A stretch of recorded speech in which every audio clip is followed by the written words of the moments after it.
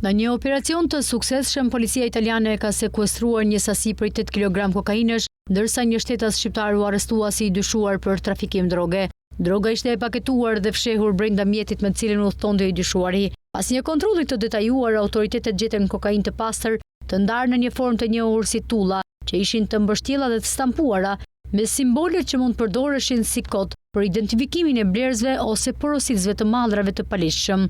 Këto figura përfshinin ankronime të shkronjës HMZ dhe emojt i njohur si Spidermani, që përdoren shpesh për të fshehur identitetin e rrjeteve të trafikantëve.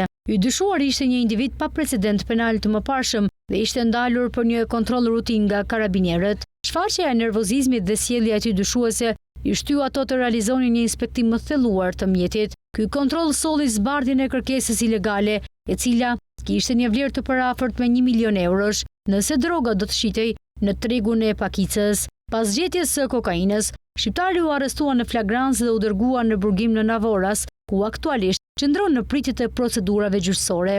Hetimet janë ende në vazhdim për zbuluar origjinën e drogës dhe lidhjet e mundshme me rrjetet kriminale që veprojnë në këtë zonë të Italisë. Ky aksion është pjesë e një sër operacionesh të mëdha të policisë italiane për të luftuar trafikun ndërkombëtar të drogës. Hetuesit po punojnë intensivisht për të zbuluar më shumë detaje lidhur me rrjetet që fshihet pas një aktiviteti kriminal dhe për të marrë informacione të mëtejshme për persona të tjerë të përfshirë. Njëkohësisht ato po përpiqen të ndalin qarkullimin e mëtejshëm të drogës dhe të parandalojnë çdo lëvizje të mundshme të ngarkesave të tjera.